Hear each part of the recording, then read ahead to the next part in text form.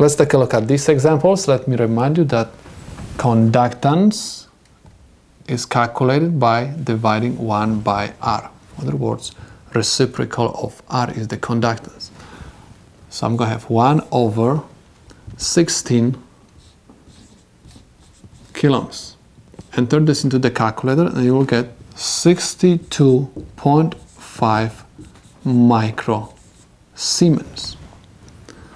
Let's take a look at this example. My resistance is equal 560 coulombs. If I want to find the conductance, I simply divide 1 by 560 coulombs, and my answer is 1.78 micro Siemens.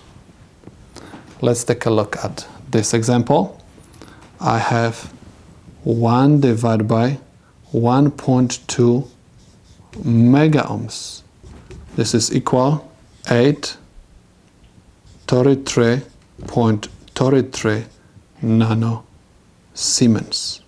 Again, please keep in mind you cannot forget about prefix. If you are going to ignore mega, your answer is going to be wrong.